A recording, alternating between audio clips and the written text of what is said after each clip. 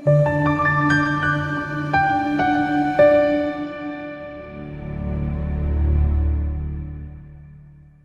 is a new day, new dreams, new knowledge, new enlightenment, or new flick.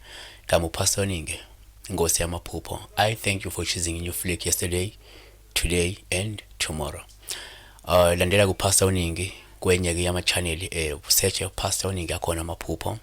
Sikhona la on new flick njengenjwayelo sobheka la iphupho likabheka ukwenza mbeje ukuthi ngisawubona pastor kusho ukuthini ukuphupha kuhlezi uhlezi amakhizane esingalweni ethenne kungathi ke ngiyawaphala ngizama ukwasusa ngiyabonga. Okay, uma uphupha la imikhaza ekunamathele lolu kuphawu asukela ubika ukuthi ke uzungezwe abantu ababi, mhlawumbe angenzeka bakudlela umoya njengamanje bakufisela okubi futhi ke bakumise kabi empilweni.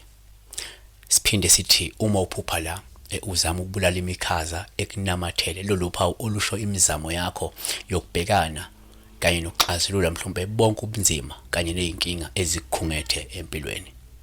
Ashabele phambili sibheke la lungile mathebula uthi pastor ngabe kusase inhlanhla yini uphupha ugogo wakho ongasekho ekuphake imali yama coin 50 cents. Okay, asikuvezela ukuthi into yokuqala uma uphupha la wamukela noma unikezwa umufi, isipho noma ke imali, lolu phawu oluvame nje ukubika isimo senhlanhla nokuthi mhlawumbe sikukhona okuhle okuzayo empilweni nokuthi mhlawumbe ungase ke ukwazi mhlawumbe ukuyiphilisa nangendlela obungakase wacabanga ukuthi ke ungaphila ngayo esikhathini esizayo, yabona.